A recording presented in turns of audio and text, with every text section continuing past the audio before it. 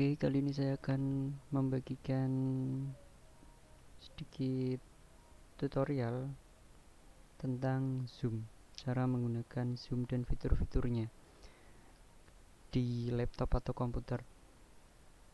Yang pertama-tama kalian harus buka aplikasi Zoom-nya. Klik kiri 2 kali untuk membukanya. Oke, sudah terbuka seperti ini. Ini kebetulan saya sudah memasukkan profil saya atau akun Zoom saya. Untuk yang belum tahu cara memasukkan akun Zoom di laptop, bisa lihat tutorial sebelumnya. Oke, langsung saja. Yang pertama, kalian bisa di sini ada fitur-fitur informasi. Ini nama ini bisa diganti juga. Nanti caranya akan saya berikan. Ini saya akan fokus di sini dulu. Yang pertama ini rapat baru. Ini bisa digunakan jika kalian itu ingin membuat akun Zoom. Jadi kalian itu ingin membuat sebuah room Zoom atau link Zoom yang kalian itu hostnya itu kayak pemilik rapat atau moderatornya. Jadi kalian bisa klik rapat baru. Oke. Ini kebetulan webcam saya matikannya. Jika kalau tidak dimatikan, biasanya langsung muncul webcam dari laptopnya. Kemudian di sini ada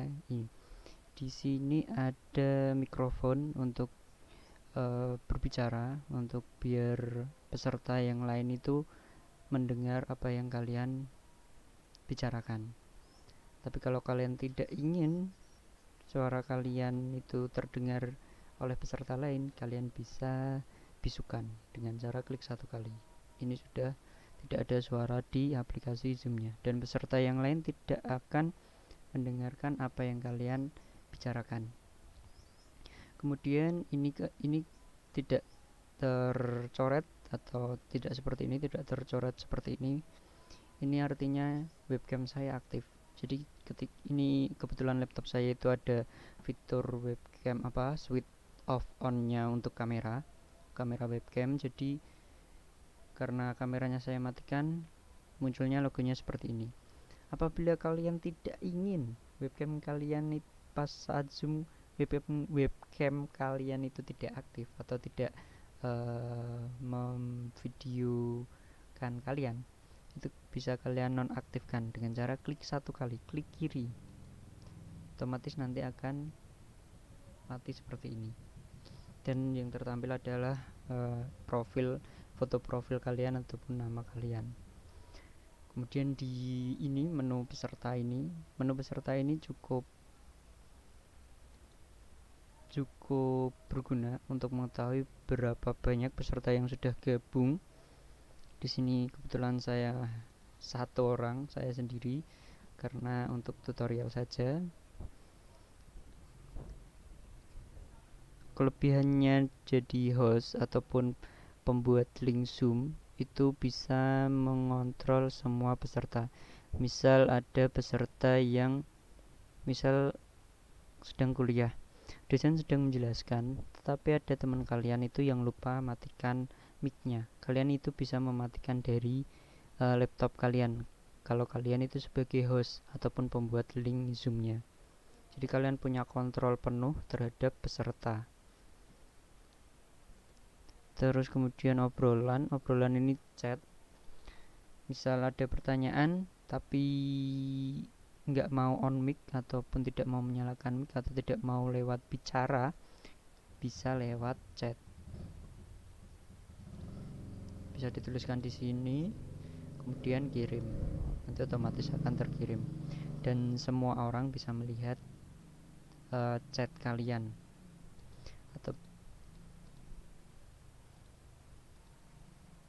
Kemudian fitur bagikan layar ini cukup berguna untuk membagikan, biasanya kalau kalian menjadi mahasiswa ataupun murid ataupun siswa ataupun guru, jika kalian ingin mempresentasikan, kalian bisa share screen, membagikan layar untuk para peserta. Jadi seperti ini.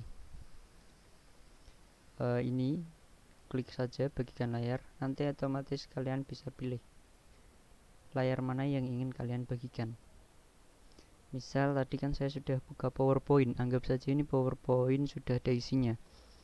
Ini sudah saya klik di sini, terus klik bagikan. Otomatis nanti akan di PowerPoint-nya saja. Kalian bisa mempresentasikan kepada semua peserta. Kemudian apabila saya pindah tab seperti ini, misal saya di aplikasi perekam layar, otomatis nanti akan berhenti membagikan layar. Jadi yang cukup aman ya, apabila kalian itu pas presentasi terus tiba-tiba kalian lupa tidak mematikan fitur share screen-nya, kemudian kalian buka WA yang itu privasi kalian, itu otomatis akan berhenti share screen-nya. Untuk fitur share screen itu, terus kemudian untuk ini biasanya mungkin para orang-orang itu belum begitu familiar atau belum tahu bahwa di Zoom itu ada fitur rekam. Jadi selama rapat atau selama Zoom-nya itu berlangsung, itu bisa direkam. Yang bisa merekam itu ya host atau pemilik link Zoom-nya atau pembuat link Zoom-nya. Jadi jika kita klik rekam, recording in progress, otomatis nanti akan merekam seluruh aktivitas yang berada di dalam Zoom-nya. Terus untuk menghentikan rekamannya bisa klik sini. recording stopped. Terus kemudian ini reaksi, misal kalian ingin bertanya tapi dibisukan oleh hostnya, kalian bisa klik yang sini. Ini harus mengunduh dulu, agak lama ya, kita lewati saja. Terus kemudian papan tulis, fitur papan tulis.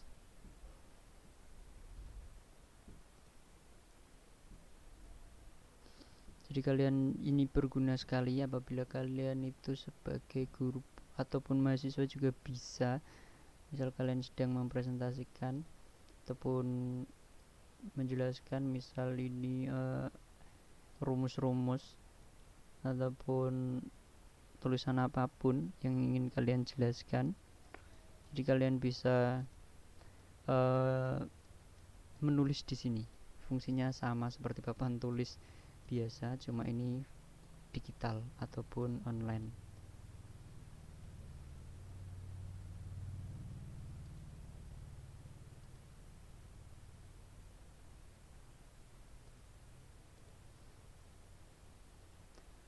Oke, untuk mengakhiri zoomnya bisa di sini, akhiri zoom.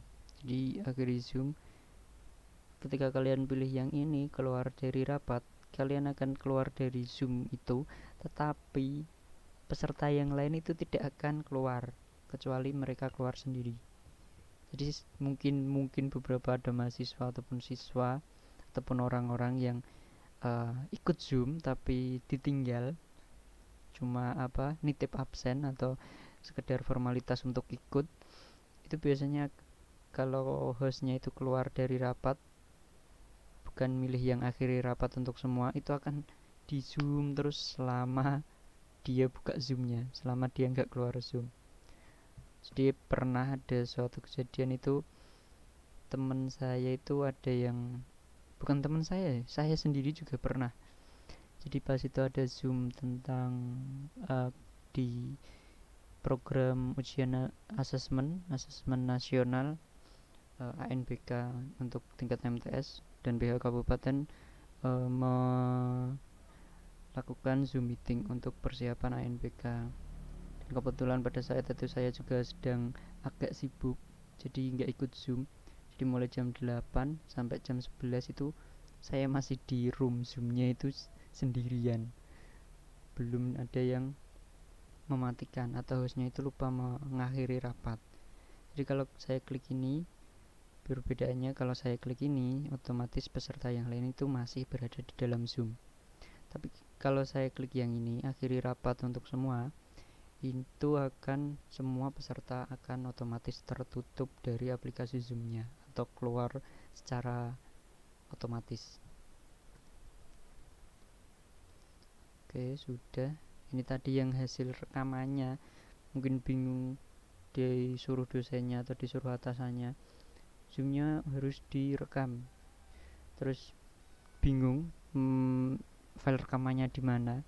File rekamannya itu ketika kalian akhiri rapatnya atau Zoom-nya, itu otomatis akan video seluruh rapat itu akan dikonversi atau baru dibuat itu di akhir rapat, dan kemudian akan masuk di file sini, PC dokumen Zoom di sini. Filenya ini yang tadi otomatis berada di dalam Zoom. Ini file rekaman Zoom meeting yang tadi kita lakukan. Ukurannya cukup kecil ya. Dulu pernah itu sampai 1 jam itu cuma 35 sampai 50 MB-an. Jadi cukup worth it.